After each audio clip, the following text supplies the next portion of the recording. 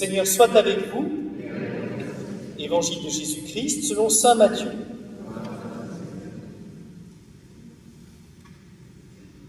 En ce temps-là, Jésus fut conduit au désert par l'Esprit pour être tenté par le diable.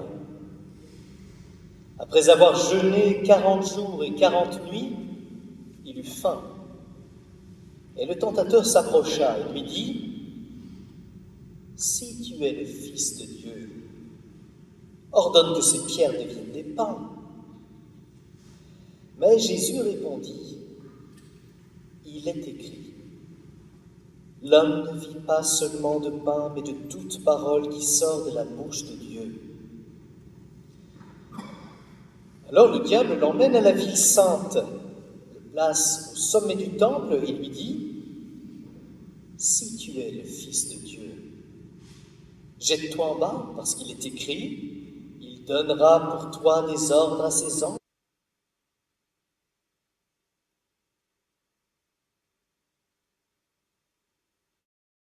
Mais Jésus lui déclara : « Il est encore écrit : tu ne mettras pas à l'épreuve le Seigneur ton Dieu. »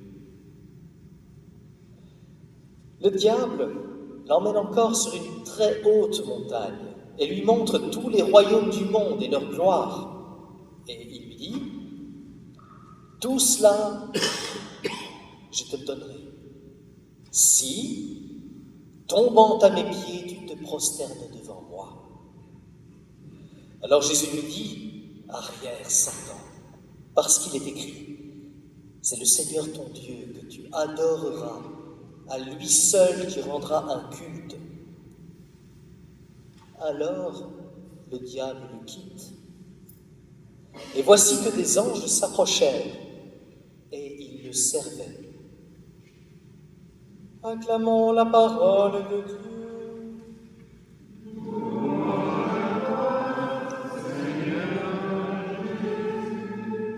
voulez chanter, Christine ? On peut s'asseoir. Est-ce qu'on entend quelque chose ? Même les sourds entendent ? Ça va. Bon, chers amis, on a commencé ce carême. Vous voyez, le carême, c'est aussi le résultat de l'histoire. Dès le 2e, 3e siècle, on est certain qu'une période de préparation à la fête de Pâques, elle a précédé cette fête. Elle n'avait pas 40 jours, mais il existait une forme de période de préparation. Après tout, c'est normal, à chaque grand événement de la vie, on se prépare, quoi. Si on célèbre un mariage, on se prépare pendant des mois. Si on célèbre des funérailles, il faudra aller plus vite, sinon évidemment ça n'ira pas, mais ça prendra quand même quelques jours. Donc voilà, on se prépare aux grands événements de la vie. Eh bien, l'événement central pour les croyants, pour les chrétiens, c'est le fait que Christ est mort et ressuscité. C'était ça l'événement central. Il est Dieu. Pas autre chose. Il est Dieu. Christ est mort, ressuscité, et il reviendra dans la gloire. C'était les premières proclamations. Et donc, pour méditer ce mystère, comment c'est possible que Dieu soit venu jusqu'à nous, est-ce qu'il était vraiment en Jésus-Christ, mais c'était quand même un homme, et donc on se prépare, on essaye de comprendre le mystère, de le réfléchir, de le prier, c'était le thème du jour, et puis aussi de se préparer au fait que nous devons aussi, à la suite du Christ, passer par des morts et par la résurrection. Alors, progressivement, évidemment, avec le temps, cette période de préparation a pris la forme de 40 jours. Et pourquoi 40 ?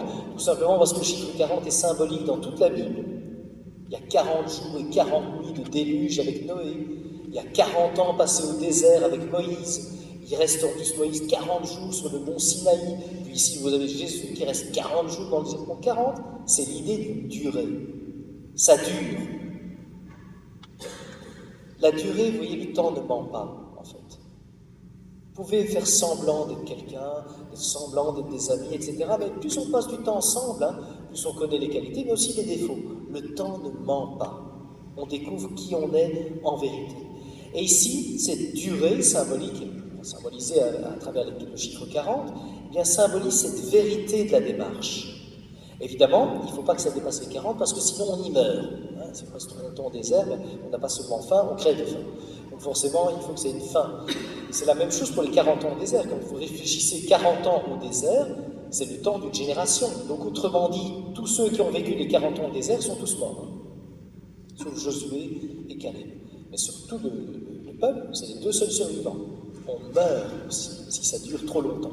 Donc une durée raisonnable pour se préparer à la rencontre avec le Seigneur. Et dans le fond, mercredi, vous avez entendu 3 conseils de Jésus. Quand tu pries, arrête de faire des simagrées. Retire-toi dans ta chambre, au plus secret, et Dieu voit au plus secret. Ou bien, quand tu jeûnes, arrête des simagrées. Jeûne calmement, arrête de tirer la gueule, mets du parfum, et voilà, ça va aller. En fait, une démarche de vérité. Et ces démarches de vérité, elles sont résumées par le jeûne, donc la prière et l'aumône, tout simplement parce que c'est une démarche de vérité par rapport d'abord à soi-même. Si je jeûne, ça a trait à la maîtrise de soi. C'est une certaine maîtrise de soi, c'est pas j'ai faim, je bouffe. Voilà, ça c'est un réflexe animal, il cherche sa nourriture, on est plus que ça. On a tous besoin de manger, il n'y a pas la peine de faire semblant.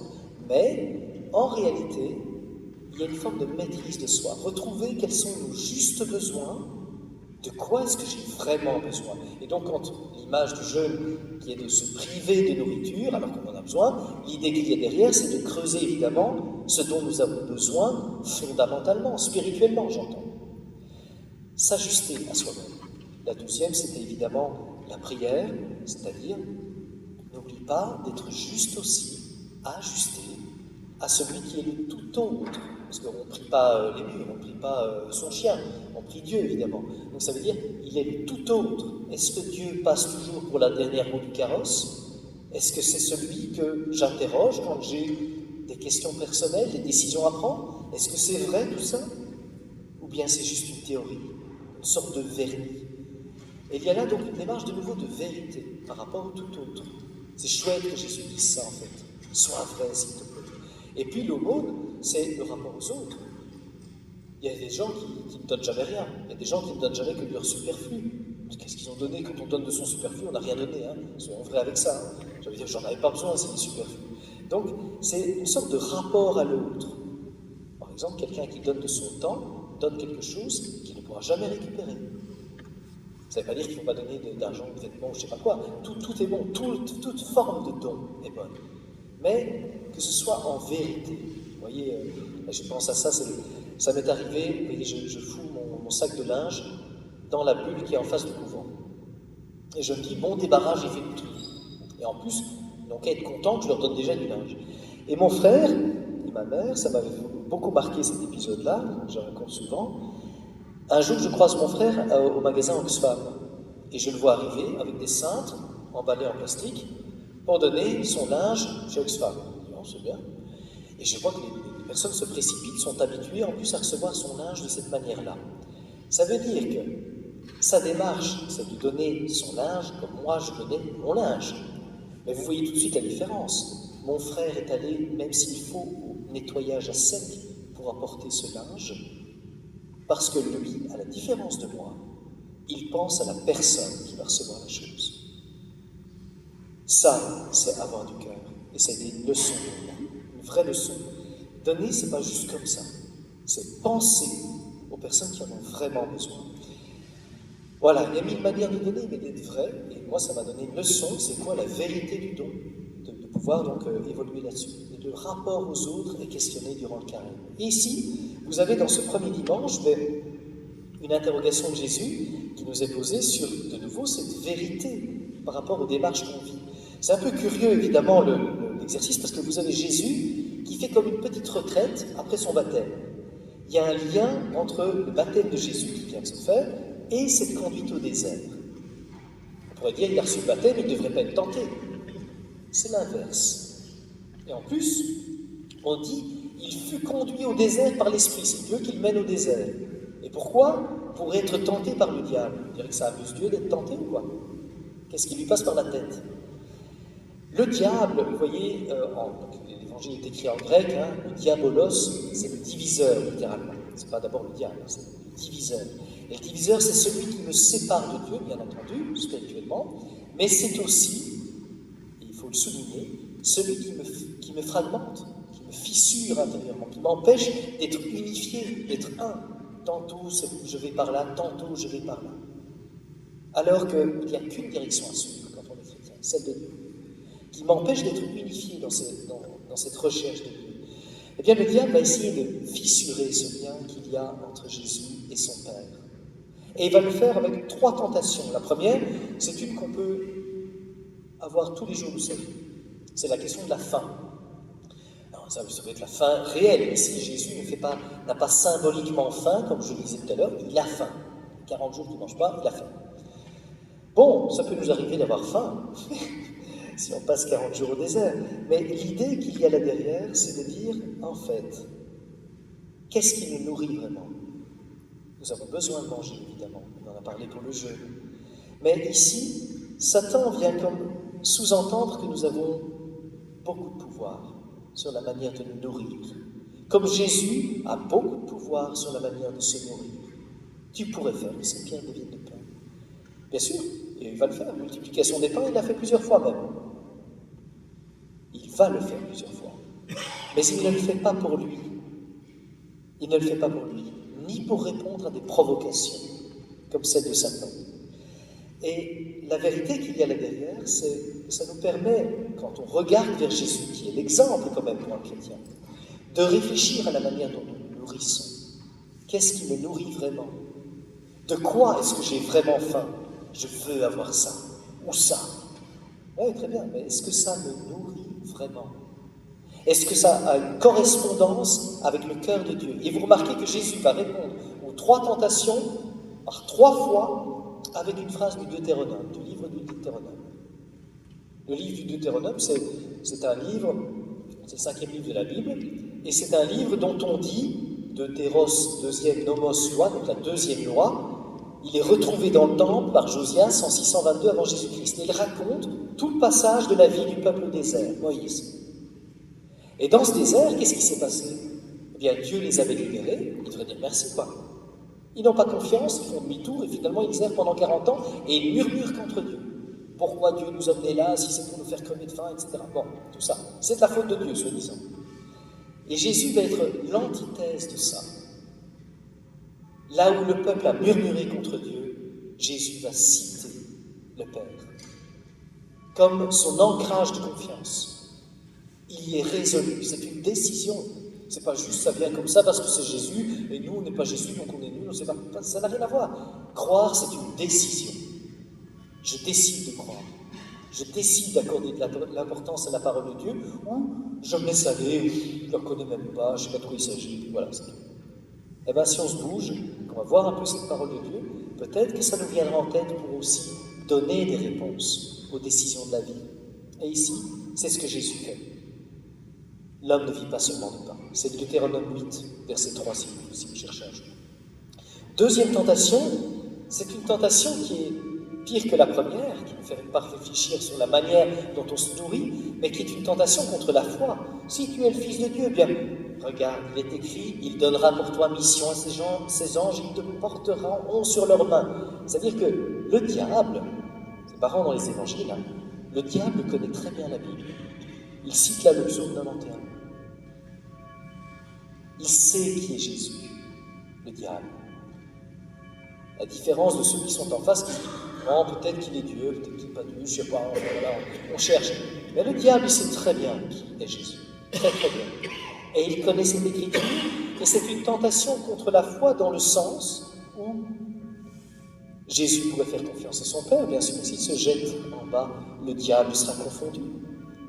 Dieu le rattraperait probablement, le Père.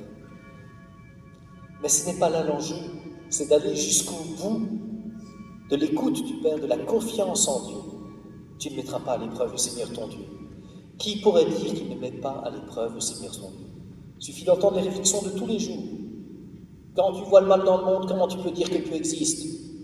J'ai prié, je n'ai pas obtenu, donc je boude, je m'en vais. Comme je vous le disais tout à l'heure, tu ne mettras pas à l'épreuve le Seigneur ton Dieu? Ça vient très vite. Il suffit d'être frappé, d'avoir quelques coups, quelques souffrances dans la vie pour que cette idée nous traverse l'esprit et c'est bien normal. Le problème, ce n'est pas qu'une idée nous traverse l'esprit. Le problème, c'est de pouvoir y répondre. Et c'est toujours plus facile à dire qu'à faire. On peut parler longuement de la souffrance, mais c'est autre chose que d'y être. Et pourtant, chaque fois que vous avez les yeux rivés vers un crucifix, vous comprenez qu'il n'y a aucune souffrance qui ne concernerait pas Dieu, et même plus que ça. Quand on regarde un crucifix, on comprend que le salut est passé par la souffrance du juste en plus. Même pas une souffrance qu'on aurait pu qualifier de méritée, si tant est que ça existe. Il se passe quelque chose à la croix. Il se passe quelque chose même quand on pense qu'on ne sert à personne, qu'on est juste cloué sur la lit d'hôpital. Il ne se passe rien de moins que le salut du monde. Rien de moins que le salut du monde. Et donc, la tentation contre la foi, c'est une tentation de musique d'ambiance, c'est merveilleux. Super. Alors voilà, ne pas mettre à l'épreuve le Seigneur ton Dieu. Vous voyez, si vous aviez perdu confiance en Dieu dernièrement, eh bien dites-vous, tiens, eh bien c'est mon carême. Cette fois-ci, Seigneur, je veux pendant 40 jours retrouver la confiance en toi. Aide-moi, et je veux la retrouver, cette confiance en toi. Et dernière tentation, c'est la tentation qui est, j'allais dire, contre l'amour quelque part, parce que c'est vraiment quelque chose qui est malsain, ce que nous propose le diable. Regarde tous les royaumes de la terre. C'est symbolique là cette fois-ci, puisqu'évidemment il n'est pas sur une montagne où on voit toute la terre entière. Mais il voit comme en vision tous les royaumes de la terre. Mais lui, il est du royaume des cieux. Ma royauté n'est pas de ce monde. Il est d'un autre royaume. Tout cela, je te le donnerai si tu te prosternes. Ça coûte pas cher, autrement dit le monde. Eh bien, vous voyez, le diable se comporte comme quelqu'un qui peut prétendre à la possession du monde entier. Il se présente comme quelqu'un qui peut prétendre à l'adoration de tous les hommes.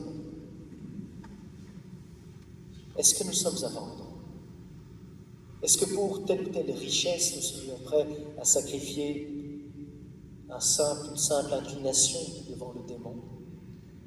Il y a tellement de vrai là derrière.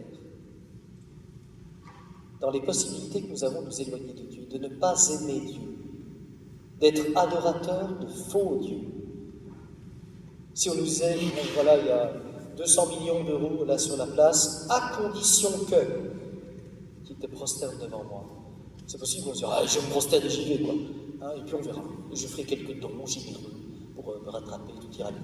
Bon, vous voyez, il y a une question de vérité d'âme qui est là derrière, et d'aimer. Et Jésus aime résolument son Père. Son Père qui veut sauver tous les hommes, qui ne veut que leur bien. Alors que le diable est tourné vers lui. Si tu te prosternes devant moi, c'est extrêmement sournois.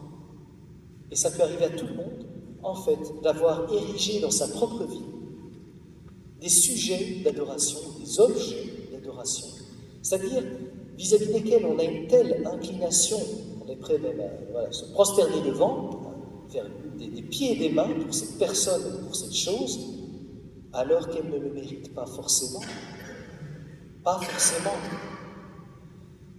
C'est vraiment très délicat de savoir comment nous allons nous battre pour vraiment aimer Dieu, gagner en profondeur de foi, et avoir une justesse sur la manière dont nous allons nourrir notre âme à l'approche de cette fête de Pâques. Surtout aussi, comment le Seigneur veut nous y mener. Et là, il y a non seulement un combat, mais quand il y a un combat, dites-vous toujours, cela veut dire, en fait, que nous sommes libres. Sinon, ce serait tout tracé. Nous nous battons pour trouver ce qui est vrai et ce qui est juste. Et le carême, c'est un temps, en fait, pour trouver cette liberté, justement, par rapport à tous les faux dieux qu'on a pu ériger dans le quotidien de notre vie.